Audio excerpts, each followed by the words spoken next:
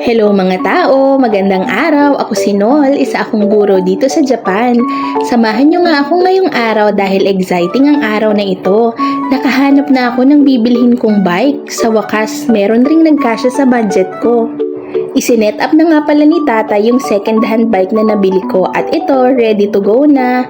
Grabe, nakaka-stress. Hindi ko alam kung paano mag-drive ng bike dito sa Japan. Actually, sa Pilipinas, meron naman akong motor kaya lang iba yung feeling na nakabike ka dito sa ibang bansa. Hindi mo alam yung rules, hindi mo alam kung saan ka ba pupunta at higit sa lahat, napakanipis ng gulong ko ay napakalapad ko naman. Nakakaloka.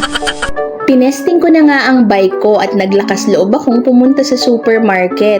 Medyo 5 minutes away rin yun mula dun sa pinagbilhan ko ng bike at ayan, lakas-lakasan tayo, tingin sa kanan, tingin sa kaliwa. Ilang tigil at pagewang-gewang nga rin ang inabot ko. Ilang gumenasay rin ang nasabi ko. Nakailang sorry ako sa mga nakakasalubong kung halos muntikan ko ng mabangga. I could not imagine kung meron akong masagasaan ng bike dito sa Japan. Nakakaloka. At sa wakas ay nakarating na rin tayo dito sa bibilhan ko. Meron lang akong bibilhing mayonnaise at saka bibili na rin ako ng patatas. Alam nyo na, Princess Sarah tayo, magbabala tayong patatas para sa ating potato salad. Pagkatapos kong mamili ay nilagay ko na itong mga grocery ko dito sa basket. O diba, kasyang-kasya.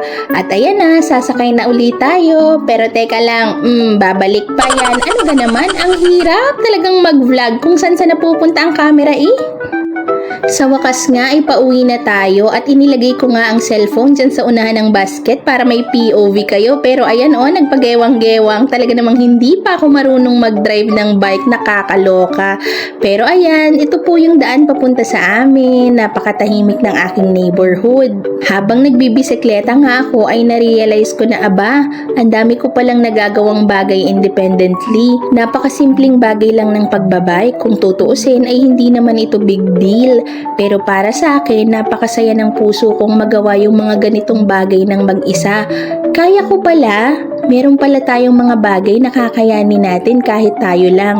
Umpisa pa lang ito, marami pang susunod. Sana marami pa akong matutunan habang nandito sa Japan. At ayan na nga, nakauwi na tayo. Sa susunod ulit ha. Bye!